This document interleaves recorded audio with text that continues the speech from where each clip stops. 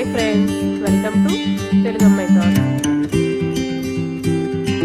ఈరోజు నేను మీకు సరెసుడితో అన్నం ఎలా వండుకోవాలో చేసి చూపిస్తున్నాను. నేను ఇక్కడ ఒక మందపాటి గిన్నెని తీసుకున్నాను. సో మనం సరెసురు వండుకోవాలి అంటే మందపాటి గిన్నె అయితేనే బాగుంటుంది. అన్నం అనేది కింద అడుగంటకుండా నీట్గా వస్తుందన్నమాట. సో చాలా మందికి సరెసుడితో అన్నం ఎలా వండుకోవాలో తెలియదు కదండి. ఒకవేళ వండుకుంటే అన్నం అనేది మెత్తగా లేకపోతే గట్టిగా వస్తుంది. నేను చెప్పే టిప్స్తో కనుక చేస్తే అన్నం అనేది పర్ఫెక్ట్గా వస్తుందన్నమాట. సో ఇలా ఒక మందపాటి గిన్నెలోకి నేను ఇక్కడ 1 గ్లాస్ రైస్ని యాడ్ చేస్తున్నాను.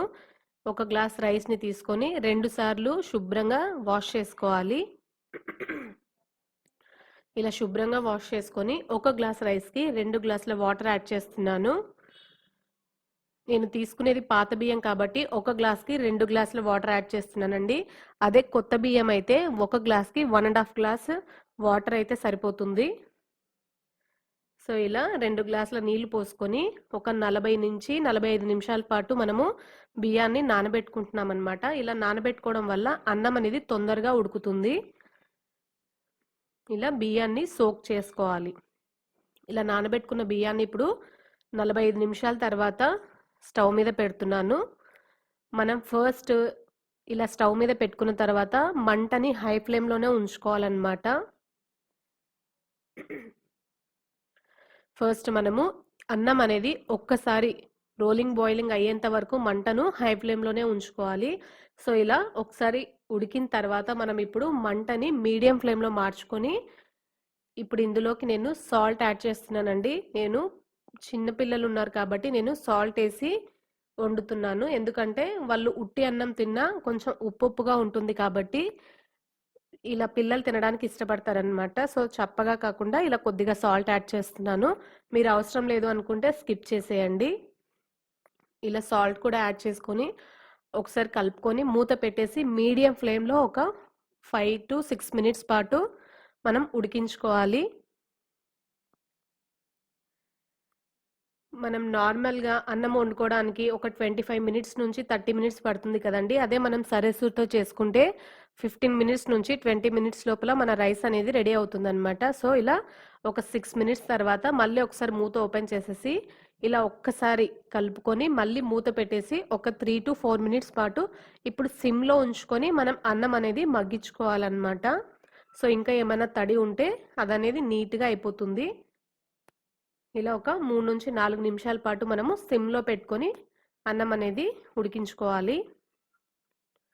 సో ఇక్కడ నేను మీకు ఒక టిప్ చెప్తానండి. కింద వరకు అన్నం అనేది ఉడికింది లేకపోతే తడిగా ఉంది అని అనిపిస్తే మీకు ఇలా ఒక బండ మీద కొద్దిగా వాటర్ యాడ్ చేసుకొని మన రైస్ బౌల్ని ఇలా మీద పెట్టంగానే మనకు ఒక సౌండ్ వస్తుందన్నమాట. సో ఇలా సౌండ్ అనేది వచ్చింది అంటే మీ అన్నం అనేది పర్ఫెక్ట్గా కుక్ అయినట్టు అండ్ కింద కూడా తడి ఏం లేకుండా చాలా బాగా నీట్గా ఉడికినట్టు అనమాట. సో చూస్తున్నారు కదా, అన్నం అనేది రెడీ అయిపోయింది.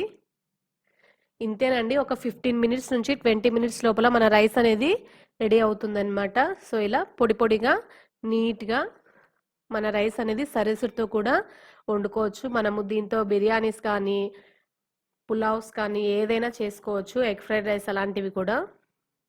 సో అన్నం పొడి పొడిగా ఉంటేనే మన బిర్యానీస్ కానీ వెజ్ ఫ్రైడ్ రైస్ ఇలాంటివన్నీ కూడా టేస్టీగా వస్తాయి కదా. సో నేను చెప్పిన టిప్స్తో మీరు రైస్ అనేది ఇలా వండుకుంటే అన్నం అనేది పొడి పొడిగా అండ్ నీట్గా కుక్ అవుతుందన్నమాట. సో చూస్తున్నారు కదా, ఒక 5 నుంచి 6 మినిట్స్ పాటు మనము పక్కన ఉంచేస్తే మన రైస్ అనేది కొద్దిగా చల్లగా అవుతే ఇంకా నీట్గా మనకు సర్వ్ చేసుకోవడానికి ఈజీ అవుతుందన్నమాట. వెంటనే కాకుండా ఇలా ఒక 5 నుంచి 10 నిమిషాల పాటు మనము 5 నుంచి 10 నిమిషాల తర్వాత సర్వ్ చేసుకుంటే ఎంతో సూపర్గా మన రైస్ అనేది పొడి పొడిగా వస్తుంది. మీకు ఈ వీడియో నచ్చినట్లయితే లైక్ చేయండి, షేర్ చేయండి. మరెన్నో రెసిపీస్ కోసం నా ఛానల్ని సబ్స్క్రైబ్ చేసుకోవడం మాత్రం అసలు మర్చిపోకండి. Thank you.